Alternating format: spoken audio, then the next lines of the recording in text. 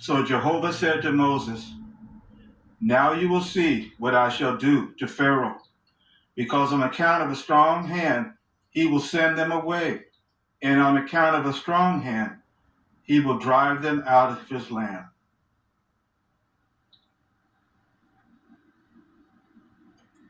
And I also established my covenant with them to give them the land of Canaan, the land of their alien residence in which they resided as aliens, the land of Canaan, a land flowing with milk and honey.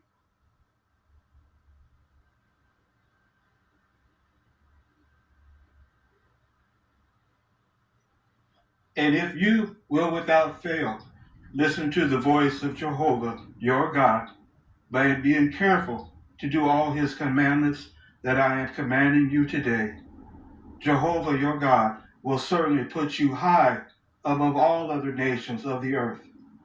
All these blessings will come upon you and overtake you because you keep listening to the voice of Jehovah your God. Blessed shall thou be in the city, and blessed shall thou be in the field. Blessed shall be the fruit of thy body, and the fruit of thy ground, and the fruit of thy cattle, the increase of thy king, and the flocks of thy sheep. Blessed shall be thy basket and thy store. Blessed shall thou be when thou comest in, and blessed shall thou be when thou goest out. The Lord shall open unto thee his good treasure, the heaven, to give the rain unto thy land in his season, and to bless all the work of thine hand. And thou shalt lend unto many nations, and thou shalt not borrow. And the Lord shall make thee the head, and not the tail, and thou shalt be above only, and thou shalt not be beneath.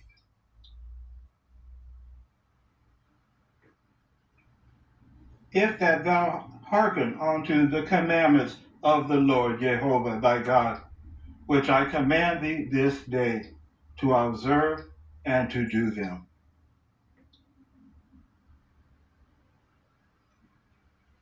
But if you will not listen to the voice of Jehovah your God, by taking care to do all his commandments and his statutes that I am commanding you today, all these curses will come upon you and overtake you. Jehovah will raise up against you a distant nation from the end of the earth. It will pounce like an eagle, a nation whose language you will not understand. A nation fierce in appearance that will show no regard to the old nor favor to the young. And Yeshua, going up to Jerusalem, took the 12 disciples apart in the way, and said unto them, Behold, we go up to Jerusalem, and the Son of Man shall be betrayed unto the chief priests and unto the scribes, and they shall condemn him to death, and shall deliver him to the Gentiles to mock, and to scourge, and to impale him. And the third day he shall rise again. When they got close to Jerusalem and arrived at Bethphage on the Mount of Olives, then Jesus sent forth 2 disciples, saying to them, Be on your way into the village that is within sight of you, and you will at once find an ass tied and a colt with her. Untie them and bring them to me. And if someone says anything to you, you must say, The Lord needs them. At that, he will immediately send them forth.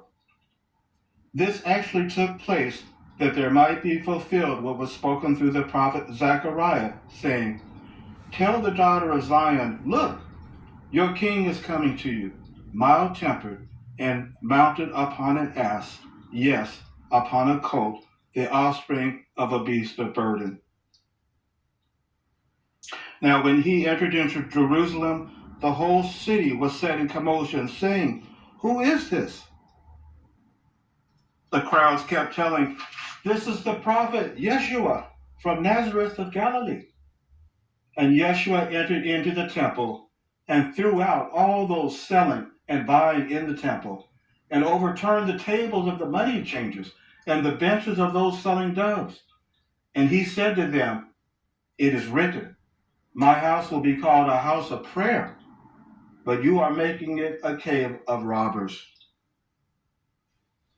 Then Yeshua said, "Did ye never read in the scriptures, the stone which the builders rejected, the same is become the head of the corner?"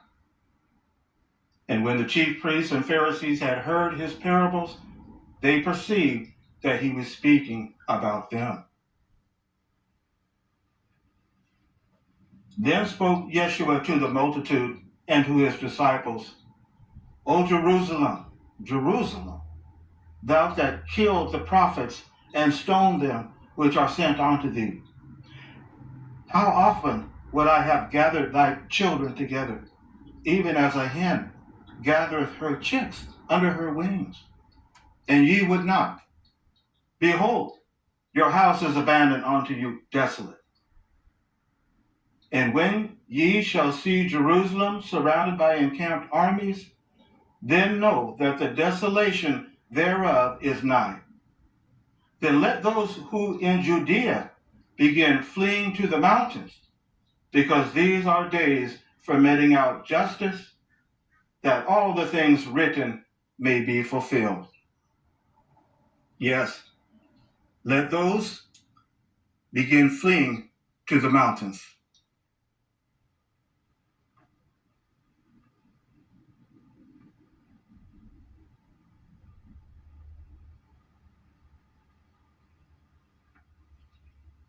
And all the people, both small and great, arose and came to Egypt, as spoken by Jeremiah the prophet.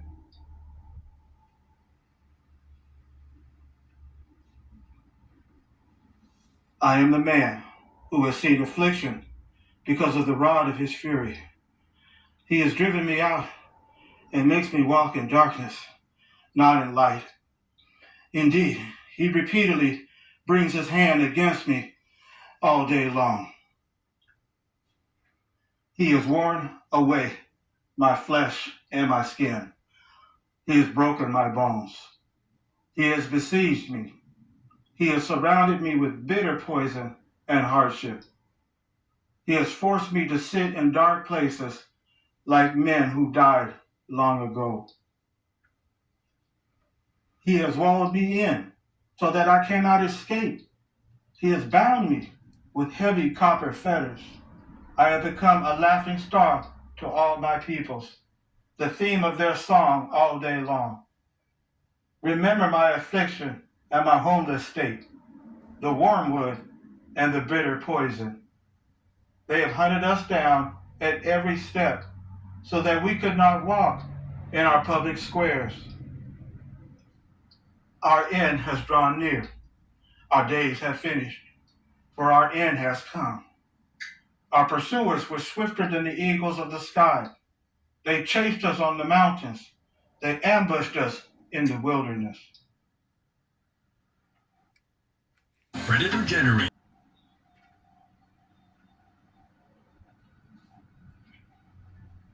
And he carried me away in the power of the Spirit into a wilderness. And I saw a woman sitting on a scarlet-colored wild beast that was full of blasphemous names and that had 7 heads and 10 horns. The woman was clothed in purple and scarlet, and she was adorned with gold and precious stones and pearls. And she had in her hand a golden cup that was full of disgusting things and the unclean things of her sexual immorality. On her forehead was written a name, a mystery: Babylon the Great, the mother of the prostitutes and of the disgusting things of the earth. And I saw that the woman was drunk with the blood of the holy ones and with the blood of the witnesses of Yeshua. And the woman whom you saw mean the great city that has a kingdom over the kings of the earth. For because of the wine of the passion of her sexual immorality, all the nations have fallen victim. And the kings of the earth committed sexual immorality with her. And the merchants of the earth became rich, owing to the power of her shameless luxury.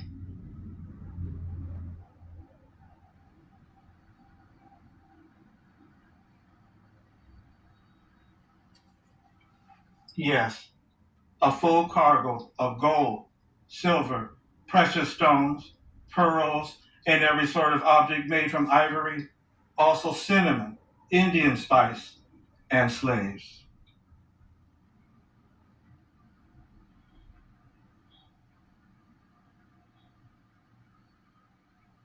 And every ship captain, and every seafaring person, and sailors, and all those who make a living by the sea, stood at a distance. Revelation chapter 17.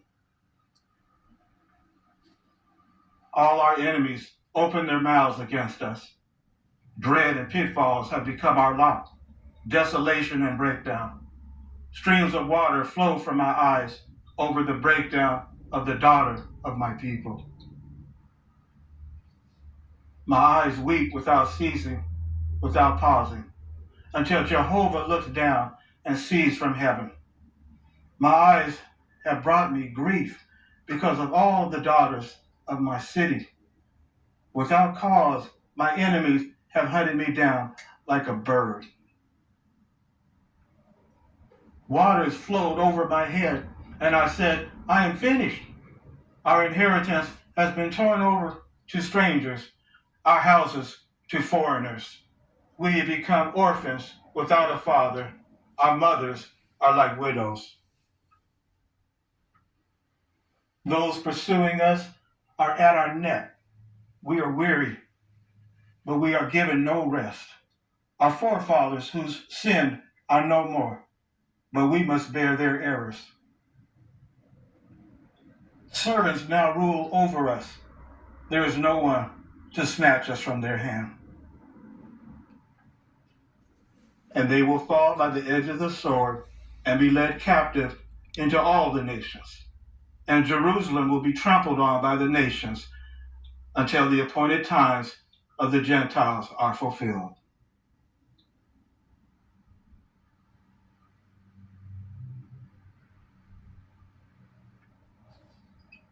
Jehovah will scatter you among all the nations, from the one end of the earth to the other end of the earth.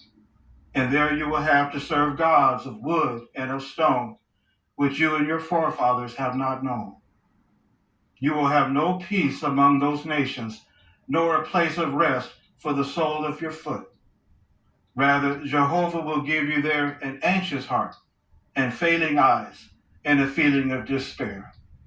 Your life will be in great peril, and you will feel dread night and day, and you will be uncertain of your survival. In the morning, you will say, if only it were evening. And in the evening, you will say, if only it were morning, because of the dread you will feel in your heart and because of what your eyes will see.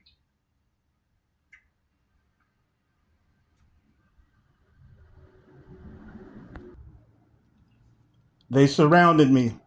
Yes, they had surrounded me. They surrounded me like bees. They blazed like a fire of thorns. It was in the name of Jehovah that I kept holding them off. They pushed me hard that I should fall. Princes themselves have been by just their hand.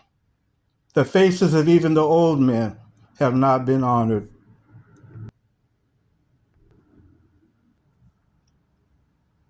Even young men have lifted up a handmill itself, and under the wood mere boys have stumbled. Woe to those who are enticing harmful regulations, and those who constantly writing have written out sheer trouble to turn aside the needy from justice.